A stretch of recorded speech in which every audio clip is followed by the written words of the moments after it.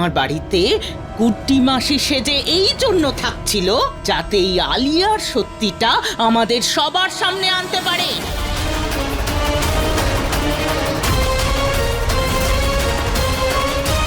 সেটাই তো আমি আপনাদের সবাইকে কখন থেকে বলার চেষ্টা করছি। আমি প্রথম থেকেই আপনাদের এটা বোঝাচ্ছিলাম, আর এই সত্যিটা প্রমাণ করার জন্যই আমি কুড্ডি মাসি হয়ে এখানে এসেছি। কারণ আমি জানতাম আপনারা কোনো প্রমাণ ছাড়া আমার কথার বিশ্বাস করবেন না। কিন্তু এখন এই হুইল চেয়ার আর এই রিপোর্ট এটাই প্রমাণ করে যে ও নিজের পায়ে দাঁড়াতে পারে, ও হাঁটতে পারে। ও আপনাকেও ঠকাচ্ছিল পিসিমা।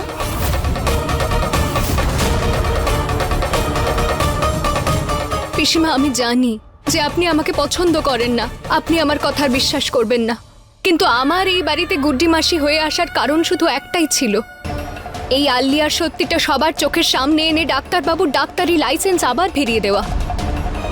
তারপরেও যদি আপনাদের আমার কথা বিশ্বাস না হয় তাহলে আমায় একটা সুযোগ দিয়ে দেখুন, শুধু একটা সুযোগ দিন পিসিমা। আমি আপনার চোখের সামনে প্রমাণ করে দেব যে আলিয়া হাঁটতে পারে। আমার জন্য না হোক ডাক্তারবাবুর জন্য একটা সুযোগ দিন।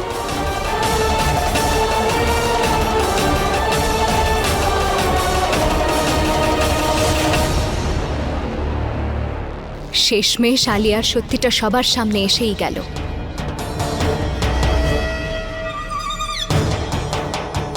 আমাকে ক্ষমা করবেন, আমি এই বাড়িতে গুড্ডি মাসি সেজে এসেছিলাম, কিন্তু আমার কাছে আর কোনো উপায় ছিল না আলিয়ার সত্যিটা সবার সামনে নিয়ে আসার জন্য। আর আমি তো আপনাদের সবাইকে প্রথমেই বলেছিলাম যে ও হাঁটতে পারে, ও নাটক করছে। ডাক্তারবাবু, আমি আপনাকেও বলেছিলাম যে ও নিজের পায়ে দাঁড়াতে পারে, কিন্তু কেউ আমার কথা বিশ্বাস করেননি।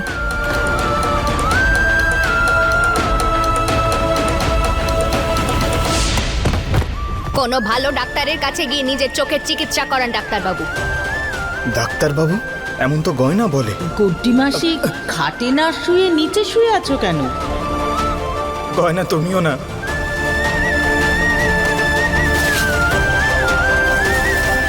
গয়না, হতে পারে আমার পদ্ধতি ভুল ছিল, কিন্তু আমি এসব যাই করেছি না কেন সেটা আলিয়ার সত্যিটা সবার সামনে আনার জন্য।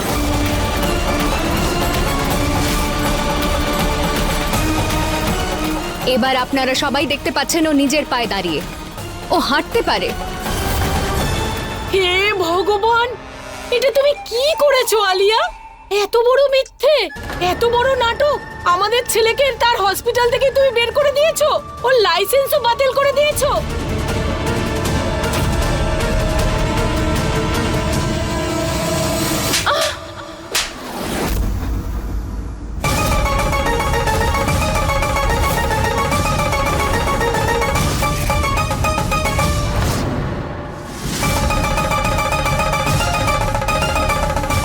গয়নার থেকেও বেশি বিশ্বাস করেছিলাম আমি তোমায়।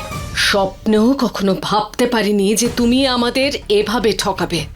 কেন করলে তুমি এরকম?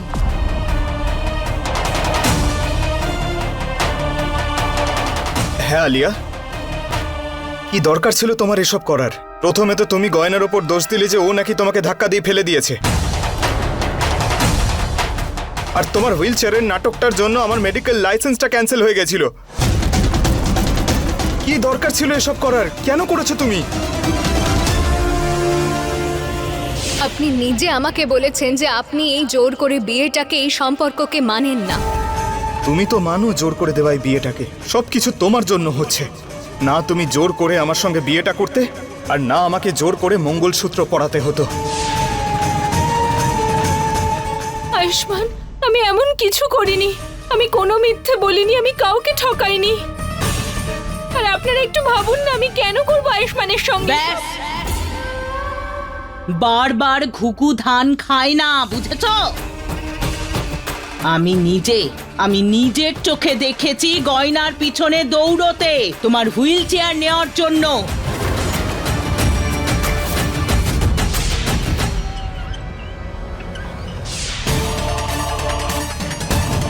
যখন আয়ুষ্মান আর বাড়ির সবাইকে ঢুকতে দেখলে তখন তুমি পড়ে গেলে আর কাঁদতে শুরু করলে।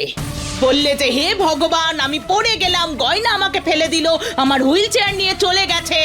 আমি সব নিজের চোখে দেখেছি আলিয়া, তাই এবারে মিথ্যে বলাটা বন্ধ করো। পিসিমা, আমি মিথ্যে কথা বলছি না, আমি জেনে শুনেই করেছিলাম। আচ্ছা, জেনে বুঝে করেছিলে মানে? বলো কি বলতে চাইছো? এই জন্য যে আমি আজকেই জানতে পেরেছি যে আমি নিজের পায়ে হাঁটতে পারবো। হয়তো এই গয়না আন্টি হয়ে যে চিকিৎসা করেছে, যে মালিশ করেছে, যে টোটকা করেছে, সেটা হয়তো আমার উপর কাজ করেছে, তাই আমি নিজের পায়ে দাঁড়িয়ে থাকতে পারছি, হাঁটতে পারছি। আরে বালিয়া, তুমি দেখছি খুব চালাক। তবে চালাকি করতে গিয়ে একটা জিনিস ভুলে গেছো, যে মিথ্যে কি করে বলতে হয়। তুমি এক্ষুনি কি বললে? চমৎকার হয়ে গেছে, এবার আমি আমার নিজের পায়ে দাঁড়িয়েছি, নিজের পায়ে। আর এখন কি বলছো? যে আজই তুমি জানতে পেরেছো যে তুমি নিজের পায়ে দাঁড়াতে পারো। তাহলে এই দুই কথার মধ্যে সত্যিটা কোনটা বলো?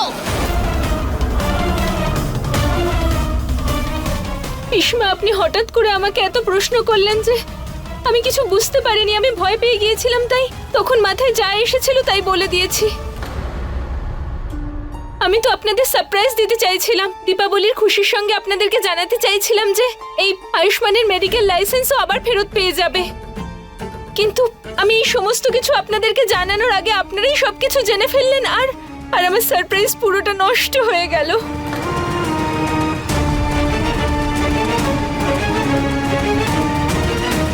এবার থামো আলিয়া।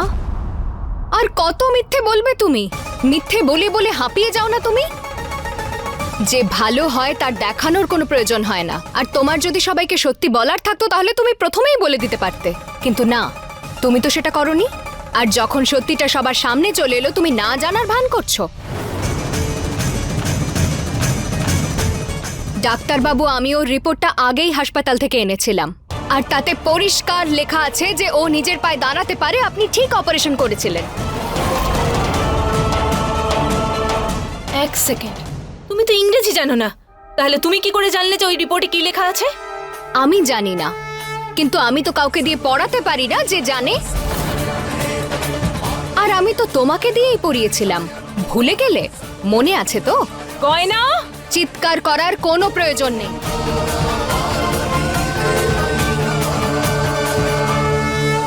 যে অসৎ হয় সেই চিৎকার করে, আর সৎ চুপ থেকেও নিজের রাস্তা তৈরি করে নেয়। ব্যাস, অনেক তর্ক হয়ে গেছে, এক্ষুনি সবকিছু পরিষ্কার হয়ে যাবে। আয়ুষ্মান, একবার আলিয়ার রিপোর্টটা দেখ, সেখানে তারিখটা দেখ, তখন তুই জানতে পারবি যে আলিয়া আজ জানতে পেরেছে তার পা ঠিক হওয়ার ব্যাপারে, নাকি অনেক আগে জানতে পেরেছে। সবকিছু পরিষ্কার হয়ে যাবে যে আলিয়া সত্যি বলছে নাকি মিথ্যে। রিপোর্টটা দেখ। একদম ঠিক বলেছেন পিসিমা, পরীক্ষা করে দেখুন ডাক্তারবাবু। কই দাও আমাকে।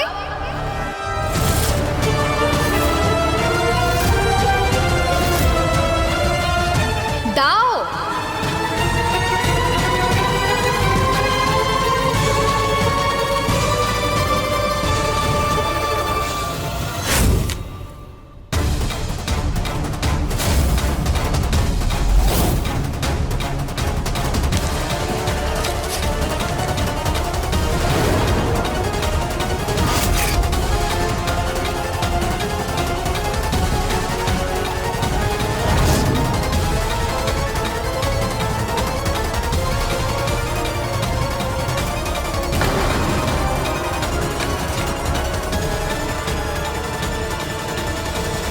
এই রিপোর্টটা তো ছেঁড়া, এতে তো ডেটই নেই।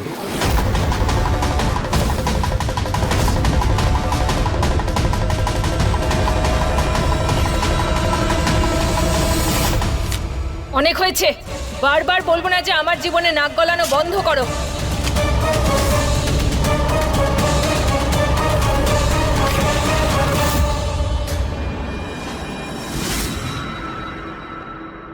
দেখুন পিসমা, এর উপর তো ডেটই নেই। আমি তো বলছি যে আমি আগে হাঁটতে পারতাম না, আজকেই জানতে পেরেছি যে আমি হাঁটতে পারবো। আয়ুষ্মান, তুমি নিজেই ভাবো না, আমি তো তোমাকে ভালোবাসি। আমাদের বিয়ে হতে চলেছে, আমি তোমাকে মিথ্যে কথা কেন বলবো? কি পাবো আমি মিথ্যে বলে? আমার কি এটা ভালো লাগবে? আমার হবু স্বামীর ডাক্তার হওয়ার লাইসেন্স তার কাছ থেকে কেড়ে নেওয়া হলে এটা আমার কি করে ভালো লাগবে? আর আমার কাছে তো কোনো কারণও নেই তোমাকে ঠকানোর, তোমাকে মিথ্যে বলার। তাহলে আমি সব কেন করব বলো? এসব এই গয়নার জন্য হচ্ছে। এই গয়নাই আপনাদের সবার মনে আমার বিরুদ্ধে বিষ ভরে দিচ্ছে। না ডাক্তারবাবু, আপনি ওর মিথ্যে আর মন গড়া কথায় কান দেবেন না।